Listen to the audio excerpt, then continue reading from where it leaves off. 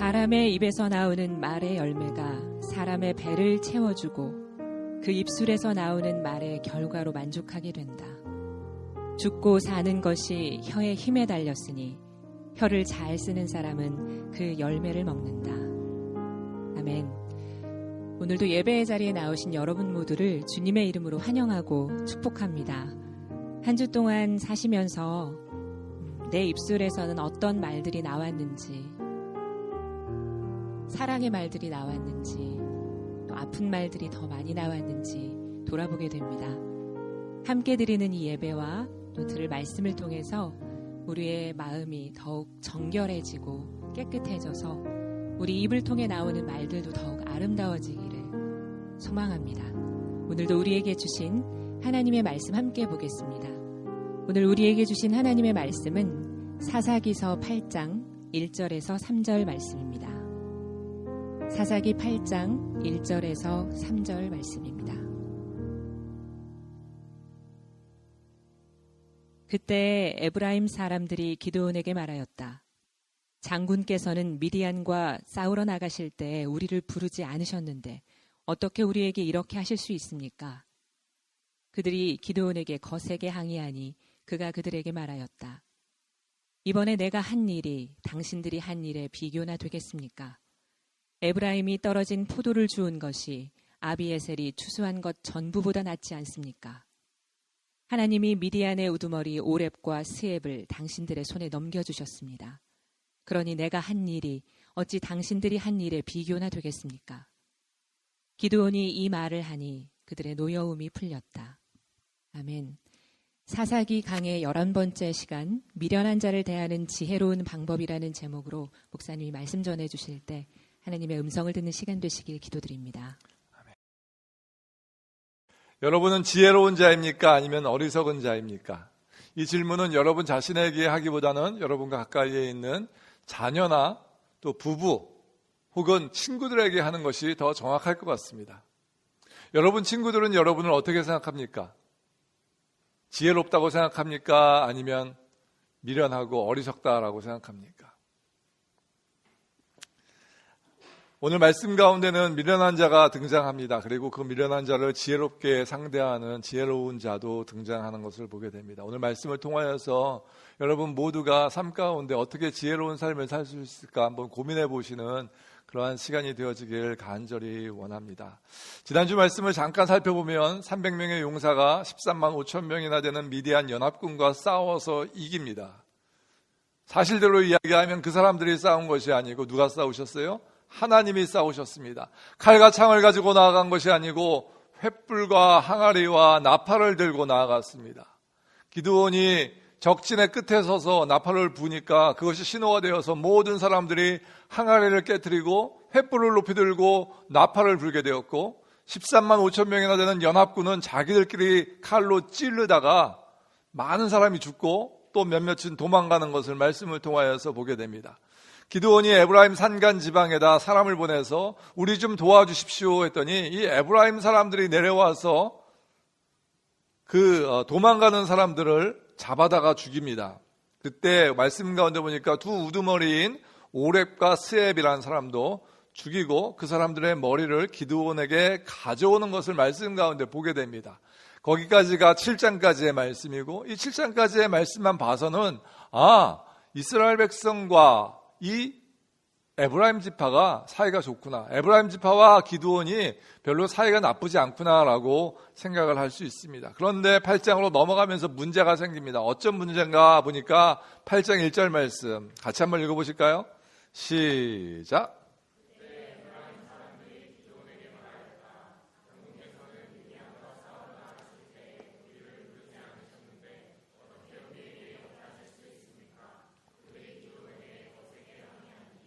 에브라임 지파가 기드온에게 거세게 항의합니다. 왜 항의하냐면 너희가 미디안과 싸우러 나갈 때 왜 우리를 부르지 않았느냐라는 것이 주된 항의의 내용이었어요. 언뜻 보기에는 이들이 항의하는 것이 굉장히 정당해 보입니다.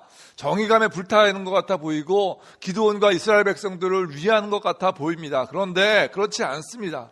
왜냐하면 처음부터 이 에브라임 지파는 이스라엘과 미디안과 싸우는 이 전쟁에 개입할 마음이 없었어요. 그냥 그렇게 있다가 전쟁에서 이기면 좋고 패하면 절대 우리는 손해보면 안 된다라는 것이 이 에브라임의 마음이었습니다. 저는 에브라임 지파가 미련하다라고 생각합니다. 그들은 어리석은 자입니다. 왜 그런가? 성경을 통하여서 왜 에브라임 지파가 어리석은 자인지 같이 말씀을 나누기 원합니다. 여러분, 미련한 자의 첫 번째 특징은요, 불평하는 자예요. 그래서 여러분 노트에 보시면 미련한 자의 첫 번째 특징이 뭐예요? 불평이 많습니다라는 것이에요. 에브라임 지파는 여호수아가 땅을 나눠줄 때부터 문제가 있었어요. 에브라임 지파가 분배받은 땅은 이스라엘 골짜기였는데 거기에 있는 가나안 민족들은 철병거가 있는 힘이 센 민족이었습니다. 그래서 여호수아가 에브라임 지파에게 너희가 이 땅을 가지시오라고 얘기했더니 항의합니다. 컴플레인합니다. 왜 이 땅을 우리에게 주십니까? 여기는 몫이 작습니다. 한 몫뿐이 안 되고 또 거기에는 철병거를 가진 가나안 민족이 있습니다. 왜 이 땅을 주십니까? 더 큰 땅, 더 좋은 땅을 주십시오라고 이야기해요. 여호수아가 이야기합니다. 여호수아가 에브라임 지파거든요. 지파에 자기 부하들한테, 자기 후예들한테 얘기하는 거예요. 그러지 마. 너희가 가가지고 그 옆에 산간 지방이 있잖아. 거기 다 정복하면 되잖아. 근데 이 사람들이 말을 듣지 않고 계속해서 컴플레인하는 것을 말씀 가운데 보게 됩니다. 여러분 생각해 보세요. 이스라엘 그 팔레스타인 지방이 있는데 그 지방을 정확하게 12개로 나누어서 나눠주는 것이 얼마나 힘듭니까? 얼마나 어렵습니까? 어떤 지방은 평야가 있는가 하면 어떤 지방은 산이 있고, 그죠? 어떤 지방은 힘이 좀 약한 민족이 있는가 하면 어떤 지방은 또 힘이 센 민족이 있고, 땅을 나눠주는 것은요, 쉬운 일이 아니에요. 힘든 일입니다. 그런데 자기가 남들보다 좀 못한 땅을 받았으면 희생하는 마음으로 내가 이 땅에서 열심히 곡식을 만들고 또 적을 물리쳐서 좋은 땅을 만들겠다라고 생각해야 되는데 그렇지 않아요. 아틀란타에 노인들이 사시는 아파트가 있다고 합니다. 아파트 앞에 조그만 땅이 이렇게 있어가지고 땅을 분배해서 거기서 뭐 고추 농사도 짓고 뭐 깻잎도 짓고 해가지고 이렇게 먹게 그렇게 해주셨답니다. 근데 문제가 매년 그 땅을 분양할 때만 되면 그냥 전쟁이 일어나는 거예요. 더 좋은 땅 갖겠다고. 그래가지고 어떻게 해가지고 나눠주면은 계속해서 그분들끼리 싸우신답니다. 뭐 자기네 평생 자기 땅이 되는 것도 아니고 1년만 먹고 말 건데도 그 땅은 햇볕이 더 잘 든다. 그 땅은 더 크다. 그 땅은 물하고 가까이 있어가지고 물 주기가 더 쉽다. 막 그러면서 싸우시는 거예요. 아주 싸우니까 어쩔 수 없어가지고 어떻게 했냐면 조경 사업을 하시는 분을 모셔다가 정확하게 그 땅을 나눴답니다. 자루대고 정확하게 나눠가지고 1, 2, 3, 4 번호를 매겨가지고 제비를 뽑게 했대요. 제비를 다 뽑았습니다. 그래가지고 싸움이 안 일어났을까요? 그래도 여전히 싸움. 한국 분들은요, 좁은 땅에 사셔가지고 이 땅에 대한 욕심이 엄청 많으세요. 자기가 갖고 갈 것도 아닌데, 자기 땅도 아닌데, 팔 수 있는 것도 아닌데. 여러분, 땅을 나누는 것은 쉬운 일이 아니에요. 그렇다면 우리가 보기에 좀 억울하고 힘들더라도 조금 희생하는 마음으로 그렇게 하면 될 텐데 에브라임 지파는 불평합니다. 오늘 에브라임 지파가 기드온에게 나간 것이 불평이다라는 다른 증거가 있어요. 어디에 말씀이냐면 사사기 12장 말씀입니다. 여러분이 지금 읽으신 것이 사사기 8장 말씀인데 사사기 12장 말씀 가운데 보면 비슷한 말씀이 또 나옵니다. 사사기 12장 1절부터 3절까지 같이 한번 읽어봅니다. 시작.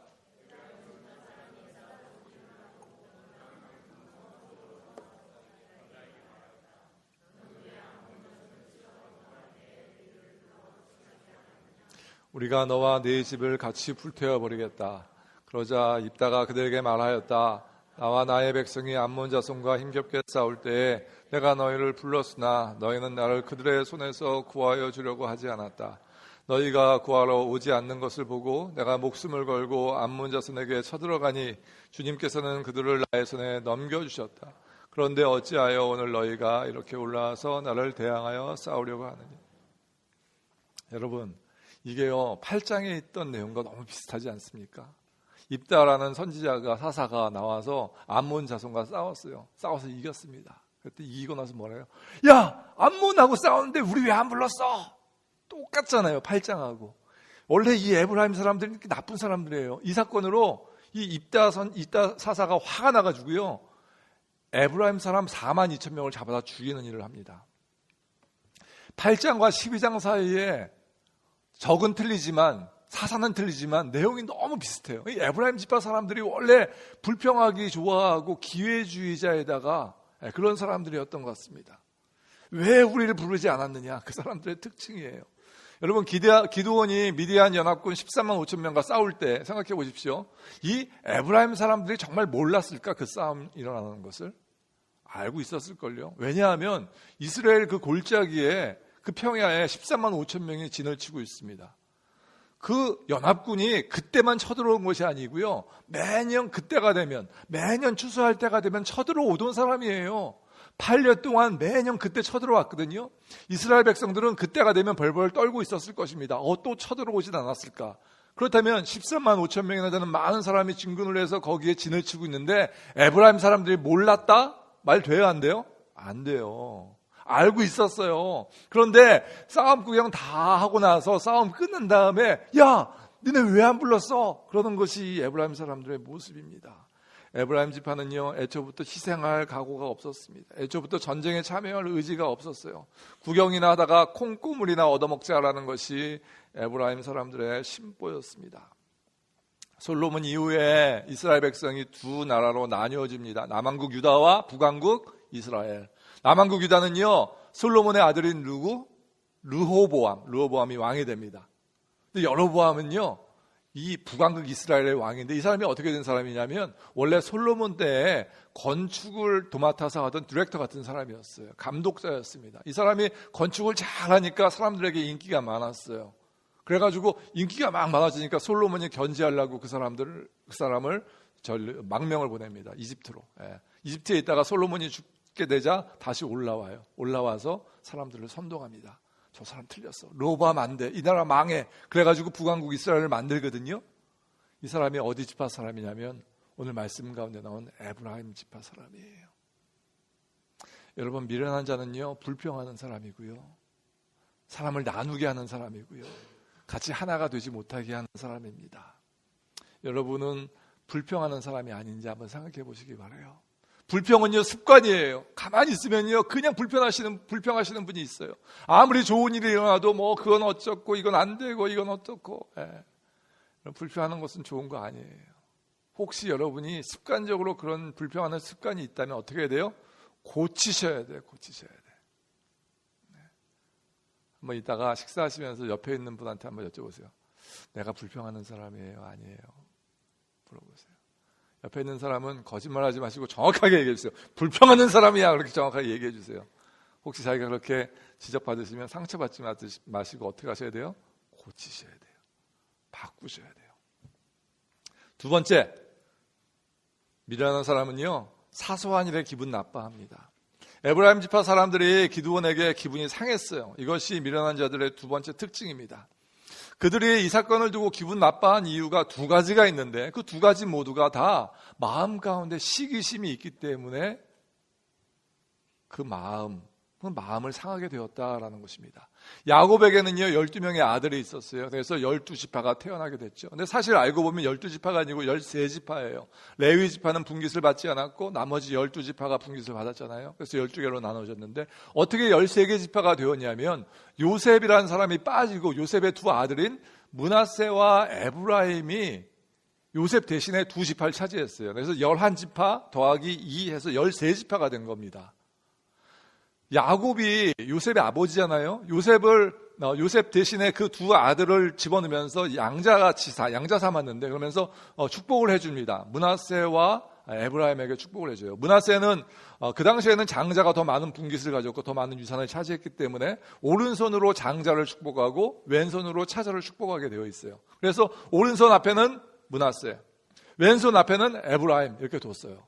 그랬더니 야곱이 기도를 하는데, 축복 기도를 하는데 그냥 이렇게 딱 기도해 주시면 되는데 이렇게 안 하고 어떻게 해요? 엇갈려서 이렇게 기도를 해 주시는 거예요. 그러니까 요셉이 아빠 이렇게 하면 안 되고 이렇게 하셔야 돼요 라고 얘기하니까 아니다 내가 이렇게 해줘야겠다 라고 얘기하셔가지고 오른손으로 차자인 에브라임을 축복하게 됩니다. 그때부터 에브라임 지파와 므낫세 지파의 대결 구조가 시작되었어요. 여러분, 기드온이 어디 지파예요? 므낫세 지파예요. 에브라임 사람들이 므낫세 지파의 기드온이 싸움에서 이긴 것이 기분이 좋았을까 나빴을까? 기분이 나쁘죠. 왜냐하면 싸움에서 이기면 인기가 많아지고 사람들의 리더가 되거든요. 우리 에브라임 지파는 여호수아라는 출중한 리더가 있었는데 지금 저 기드온이라는 사람이 모든 사람의 인기를 끌고 갈 것 같으니까 마음이 심히 불편한 거예요. 마음 가운데 시기심이 일어나게 되었다라는 것이죠. 여러분, 전쟁에서 이기면요 그냥 끝나는 것이 아니고 또한 거기서 많은 전리품을 얻을 수 있습니다. 그런데 그 전리품 또한 누가 가져가야 돼요? 다 이긴 사람이 가져가야 되는데 그것이 배가 아픈 것이 아니었는가, 우리가 에브라임의 사람들을 우리가 생각해 볼 수 있다라는 것이죠. 므낫세 지파의 기드온이 이긴 것이 기분 나빴고 그 사람이 다 모든 것을 가져갈 것이 기분 나빴고, 에브라임의 이런 모습을 보면서요 여러분, 말씀 가운데 나오는 돌아온 탕자의 큰아들이 생각났습니다. 여러분, 큰아들의 모습 어땠어요? 작은 아들이 창기와 함께 모든 재산을 다 말아먹고 아버지께 돌아왔을 때 아버지가 버선발로 뛰어나와서 내 아들아, 죽었던 내 아들이 살아났구나 하고 소를 잡고 큰 잔치를 베풀었을 때 그가 일하다 돌아와서 뭐라고 얘기해요? 아버지, 기분 나빠요. 나에게는 친구하고 함께 먹으라고 염소라도 한 마리 잡아준 적 있으십니까? 저 창기와 함께 모든 재산을 말아먹은 저놈을 데려다가 그럴 수 있습니까? 라고 기분 나빠했잖아요. 만약에 큰아들이 정말 하나님의 마음을 이해했던 사람이라면 그러면 안 되죠. 아버지, 잘하셨습니다. 소 한 마리 더 잡읍시다. 그렇게 얘기해야 되는 거 아니에요? 여러분, 우리 마음 가운데요 알게 모르게 그 큰아들 같은 컴플렉스가 우리 마음 가운데 다 있어요. 시기하는 마음이 있어요. 어느 집 아들이 잘됐다 그러면 근데 우리 애들은 왜 이러지 진짜, 막 그런 마음 생기잖아요. 그렇지 않습니까? 전혀 아닌 것 같으시네요. 저희 목사님들이요 한 달에 한 번씩 모여서 같이 식사하고 교제하거든요. 근데 목사님들이 이제 돌아가면서 기도 제목을 내놓으세요. 대부분의 목사님이, 요즘 한인교회가 다 어려워요. 왜냐하면 한인들이 줄고 있어서 경제적으로도 어렵고 사람들도 예배 많이 안 나오고 그러니까 많이 힘들어하세요, 목사님들이. 그러면서 기도 제목을 내놓으세요. 우리 교회에 이런 문제가 있습니다. 같이 기도해 주세요. 이런 문제에 대해서 이야기하면요 제가 막 정말 같이 기도해 주고 싶고 같이 아파해 주고 그래요. 그런데 어느 경우에 이제 목사님이 우리 교회에 어떤 분이 새로 오셨는데 너무 열심히 사역하시고 너무 좋은 분이 오셨어요. 그래서 교회가 어쩌고 막 이렇게 얘기하세요. 그러면 막 같이 이렇게 좋아지고 뭐 제 기분도 좋아져야 되는데 좋지만은 않아요. 우리 교회는 왜 안 그러지? 뭐 그런 생각도 들고 막 그런 마음이 막 있어요. 제 마음 가운데 시기하는 마음이 있나 봐요. 시기하는 마음은요 하나님이 기뻐하시는 마음이 아니에요. 미련한 자들이 갖는 마음이에요. 기분 나빠. 나 기분 나빠. 이렇게 이야기하시는 분 있죠? 어떤 사람이에요? 미련한 사람이에요. 어리석은 사람이에요. 여러분 자신을 한번 돌이켜 보시기 바랍니다. 내가 혹시 미련한 사람은 아닌지. 그런데 오늘 말씀의 핵심입니다. 이런 미련한 사람들, 어리석은 사람을 대하는 기드온의 자세가 참 이뻐요. 뭐라고 이야기하는가? 8장 2절과 3절 같이 읽습니다. 시작.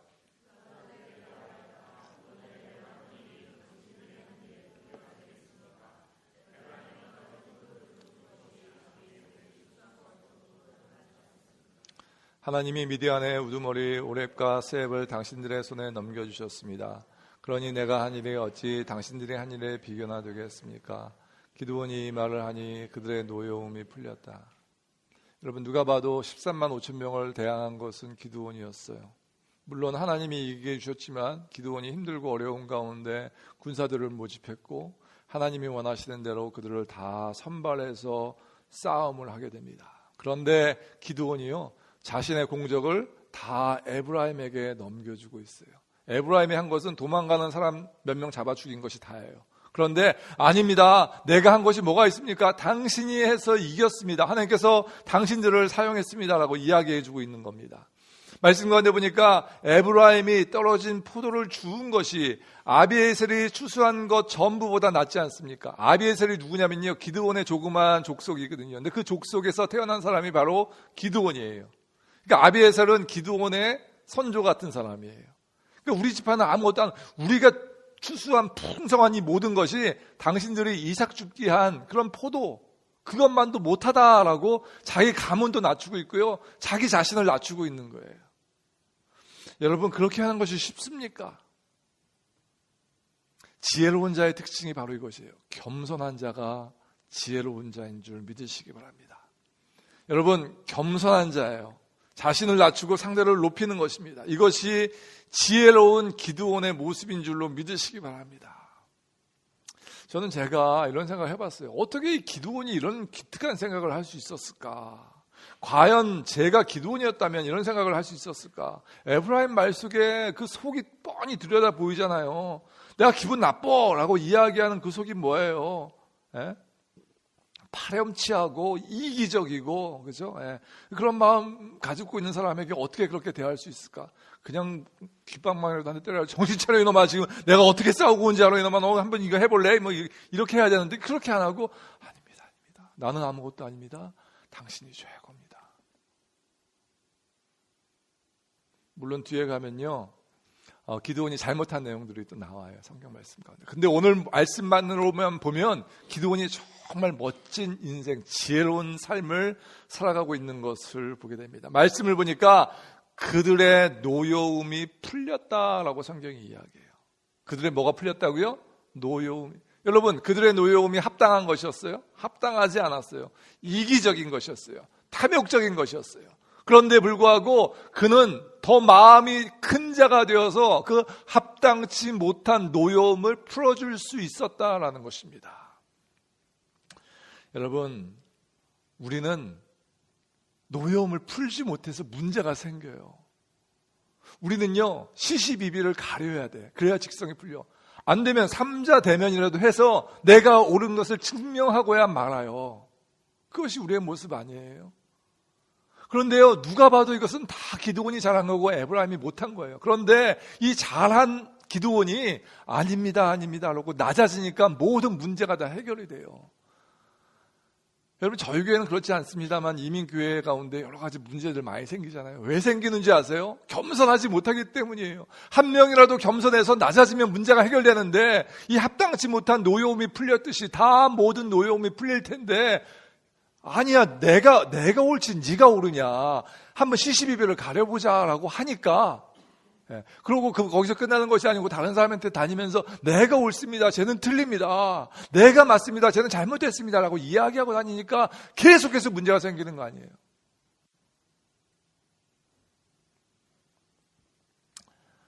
여러분, 제가 작년 7월에 한국에 한 달 동안 안식월을 가졌어요.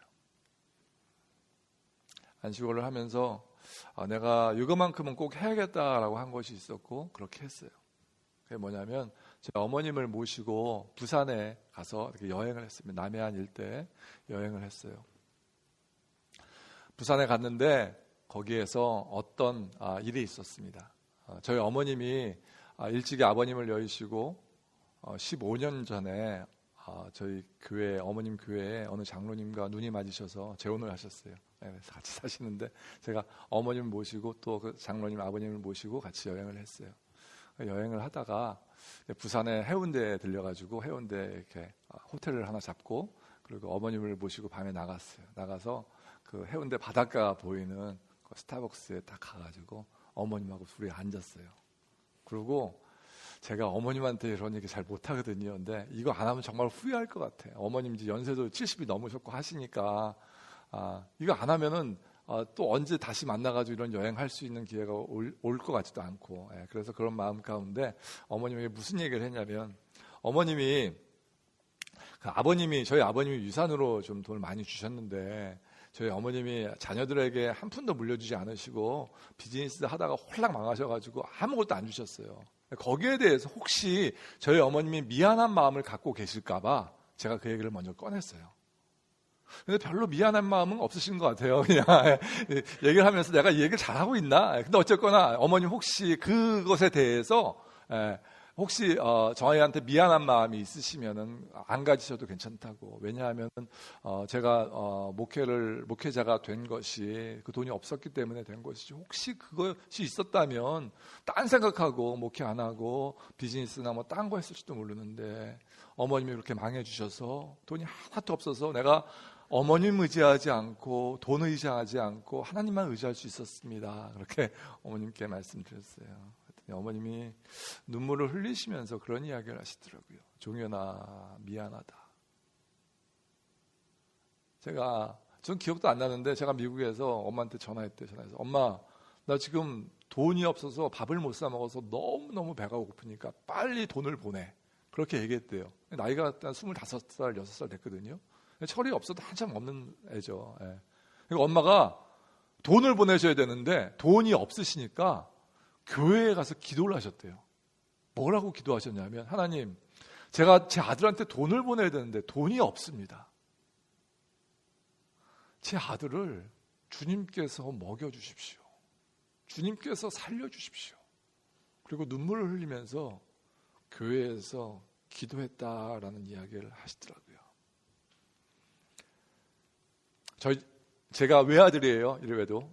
제 밑으로 딸이 둘이 있고, 저희 어머님은 굉장히 남존여비, 그런 사상 굉장히 강하셔서 저한테만 맛있는 거 항상 주시고, 저희 주위에 있는 모든 분들이 종현이는 어려서 저희 엄마가 물고 빨고 키웠다라고 얘기하세요. 근데 저희 어머님이 그런 얘기 한마디도 안 하시더라고요. 야, 이놈아, 내가 널 어떻게 키웠는데. 그런 얘기 안 하시고요. 미안하다, 잘못했다, 용서해달라고 그러면서 우시더라고요. 제가 곰곰이 생각해 봤어요. 아니, 어머님이 그렇게 이야기하지 않으셔도 되는데 왜 울면서 한참 어린 아들에게 그런 이야기를 하셨을까? 자존심도 없었을까? 어머님이 그렇게 겸손할 수 있었던 한 가지 이유는요, 저를 사랑하시기 때문에 그럴 수 있었던 것 같아요. 저를 사랑하지 않으면 어떻게 그렇게 겸손할 수 있습니까? 사랑하지 않으면요, 야, 시시비비를 따져보자. 그 돈이 왜 네 돈이냐? 나도 쓸 자격이 있지. 내가 망하고 싶어서 망했냐? 뭐 이렇게 얘기할 수 있잖아요. 이렇게 얘기하세요. 여러분, 우리가요, 겸손해지려면 어떻게 겸손해질 수 있는가? 남을 사랑하면 겸손해질 수 있어요. 여러분은 미련한 자입니까? 지혜로운 자입니까? 미련한 자의 두 가지 특징 얘기했어요. 첫 번째, 불평하는 자. 두 번째, 기분 나빠하는 자. 하지만 지혜로운 자는 어떤 자예요? 겸손한 자예요. 마음에 그 사람을 사랑하는 마음 때문에 겸손해지는 거예요. 우리 예수님께서 십자가에 어떻게 달려 돌아가셨습니까? 예수님께서 만약에 우리를 사랑하지 않으셨다면, 야, 한번 따져보자. 네가 죄가 많냐, 내가 죄가 많냐, 내가 왜 십자가에 달려야 되냐, 그렇게 말씀하지 않으셨겠어요? 그런데 그분은요, 한마디 아무 말씀 없이 어린 도살장에 끌려가는 어린 양과 같이 그렇게 물과 피를 흘리시고 십자가에 달려 죽으셨어요. 겸손해지셨어요. 어떻게? 나를 사랑하시기 때문에. 여러분을 사랑하시기 때문에. 우리가 예수님 닮아가겠습니다라고 고백하고 얘기하지만요, 사실 그렇게 살지 못해요. 왜 그러냐면요, 예수님 사랑하지 못하기 때문에, 혹은 내 주위에 하나님께서 주신 사람들 다 사랑하지 못하기 때문에 겸손하지 못합니다. 여러분, 겸손하게 사시는 저와 여러분 되어주시길 간절히 원합니다. 좌우에 계신 분들과 한번 인사하실까요? 겸손하게 사십시다. 말로만 그렇게 하지 마시고요, 정말 겸손해지시는 여러분 되어주시길 간절히 원합니다. 서로 사랑하고 겸손해지는 것이 하나님이 원하시는 삶입니다. 기도하십시다. 하나님, 오늘 우리에게 귀한 말씀 주셔서 감사합니다. 말씀 가운데 나온 것과 같이, 기도원과 같이 자기를 낮추고 사랑하며 겸손할 수 있는 저희들 되어지게 하여 주옵소서. 감사하며 예수님 귀한 이름으로 기도하였습니다. 여러분, 날 앞에 헌신카드 있습니다. 원하시는 분들 우리 헌신카드 쓰시면서요, 1분 동안만 묵상으로 기도하며 주님 앞으로 나아가십시다.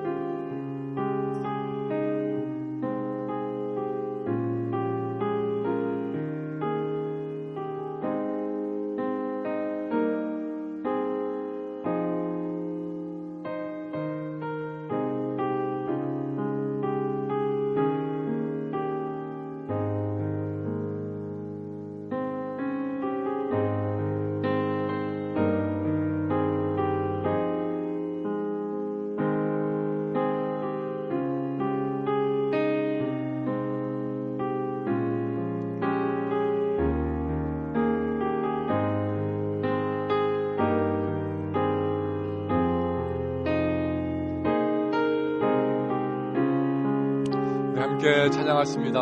여호와께 돌아가자.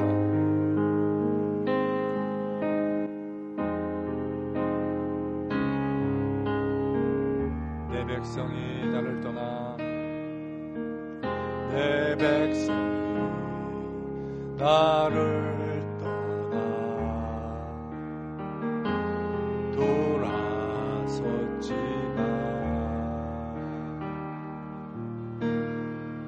내 사랑 내 백성을 보기 못하니 내 모든 것 내어주고 나 그들을 얻으리라. 여호와께 돌아가자. 우린 돌아서도 그는 변치 않네. 여호와께 돌아가자.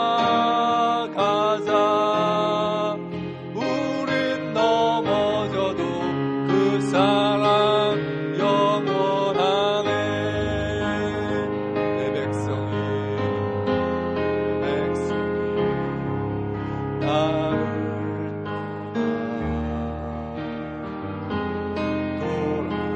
돌아섰지만 내 사랑 내 백성을 보기 못하니 내 모든 것 내어주고 나 그들을 얻으리라. 여호와께 돌아가자. 우린 돌아서도 그는 변치 않네. 여호와께 돌아가자. 우린 넘어져도 그 사랑 영원하네. 사랑을 오래 참고 자신을 내어주네. 서로 사랑할 때 세상은 주보내. 사랑은 절대 지지 않네. 사랑은 오래 참고 사랑은 오래 참고 자신을 내어주네. 서로 사랑할 때 세상은 주보내. 사랑은 절대 지지 않네. 여호와께 돌아가자. 우린 돌아서도 그는 변치 않네. 여호와께 돌아가자. 우린 넘어져도 그 사랑 영원하네. 여호와께 돌아가자. 우린 돌아서도 그는 변치 않네. 여호와께 돌아가자. 우린 넘어져도 그 사랑 영원하네. 우린 넘어져도 그 사랑 영원하네. 여러분 이 시간에 다시 한번 합심해서 기도하며 나가기 원합니다. 여러분, 주님의 품을 멀리 떠나오신 분이 가운데 계십니까? 주님을 사랑한다 하면서 겸손하지 못하고 불평하며 시기하며 기분 나빠하며 인생을 살아가고 있지 않습니까? 하나님, 이 시간 기도원과 같은 마음, 큰 마음, 예수님의 마음을 우리에게 허락하시사 하나님, 합당하지 않은 노여움도 풀 수 있는 능력이 저희 가운데 생겨나게 하여 주옵소서. 합심해서 주님 앞에 같이 기도하며 나아가십니다. 기도하시겠습니다. 마무리로 주님 찾아주시옵소서.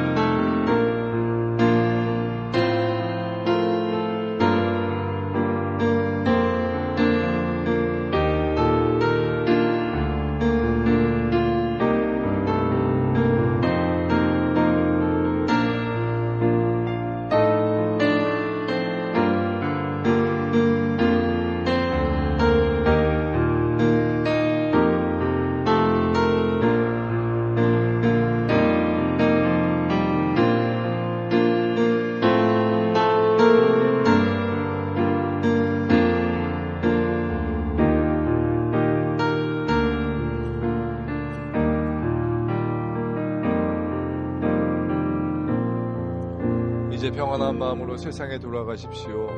선한 일에 용기를 가지시며 악을 악으로 갚지 마십시오. 항상 연약한 자를 도우시며 병든 자를 찾아보시며 곤란당하는 이웃을 위로하십시오. 주님께 봉사하고 주님을 사랑하십시오. 어떤 일에도 소망을 포기하지 마십시오. 그리고 거룩하신 성령께 순종하여 기쁨과 감사의 생활을 해나가십시오. 우리 하나님 아버지는 여러분을 항상 도와주실 것입니다. 지금은 우리 주 예수 그리스도의 무한하신 은혜와 우리 아버지 하나님 극진하신 사랑과 성령님 감화 감동 내주 충만 교통하심이 오늘 말씀 가운데 하나님, 저희가 사랑하며 겸손하게 살겠습니다 라고 고백하고 돌아가는 주님의 귀한 성도들 머리 위에, 사랑하는 교회 위에 이제부터 영원까지 함께 있을지어다. 아멘.